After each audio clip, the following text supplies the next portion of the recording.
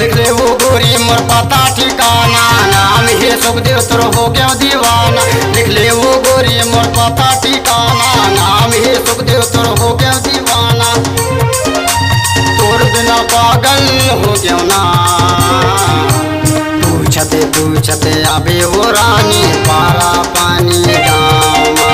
पूछते पूछते अबे वो बही पारा पानी गाँव।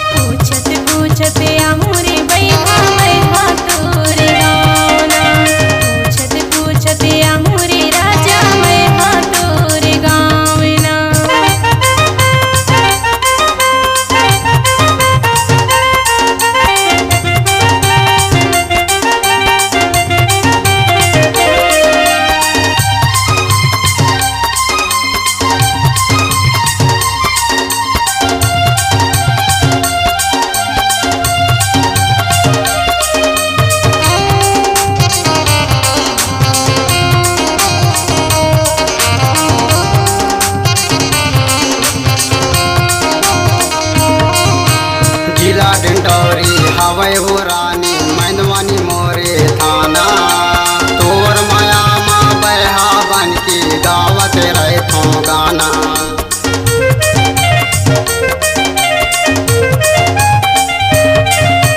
जिला डिंडोरी हवे वो रानी मैनवानी मोरे थाना। तोर माया माँ बहा बन के गावत रहे थो गाना। जान लेवे बाई जाने बोला बिना,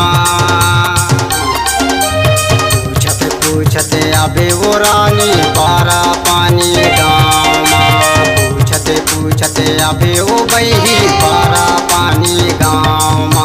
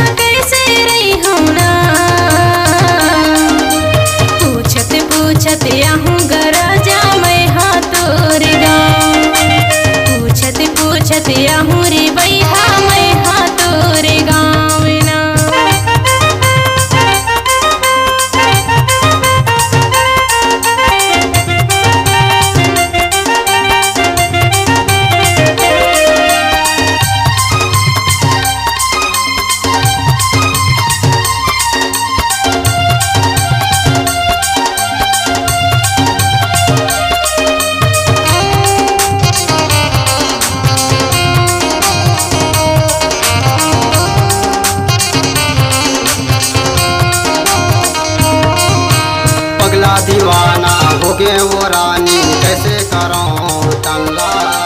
तोर कारण रह नहीं जावे कैसे समझाओ मल्ला।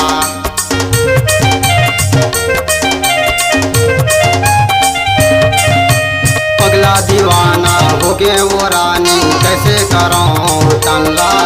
तोर कारण रह नहीं जावे कैसे समझाओ मल्ला। मर जाऊं तुर बिना वो रानी पागल हो क्यों ना। पूछते पूछते अबे वो रानी पारा पानी गाँव माँ। पूछते पूछते अबे वो बही पारा पानी गाँव माँ। लिख ले वो गोरी मोर पता ठिकाना नाम है सुखदेव तुर हो गया दीवाना। लिख ले वो गोरी मोर पता ठिकाना नाम है सुखदेव तुर हो गया दीवाना। तोर बिना पागल हो क्यों ना। पूछते पूछते अबे वो रानी पारा पानी गाँव माँ। पूछते पूछते अबे वो बही पारा पानी गाँव माँ। बता देना तोरे पता ठिकाना घुमाता हूँगा मैं हाँ दीवाना। बता देना तोरे पता ठिकाना घुमाता हूँगा मैं हाँ दीवाना। मोरे नाम हवे मीना यादवना। पूछते पूछते आहूँ रे बैहा मैं हाँ तोरे गाँवना। पूछते पूछते आहूँ रे राजा मैं हाँ तोरे गाँवना। पूछते पूछते अबे वो टूरी पारा पानी गाँव माँ। पूछते पूछते आहूँगा राजा मैं हाँ तोरे गाँवना। पूछते पूछते अबे वो रानी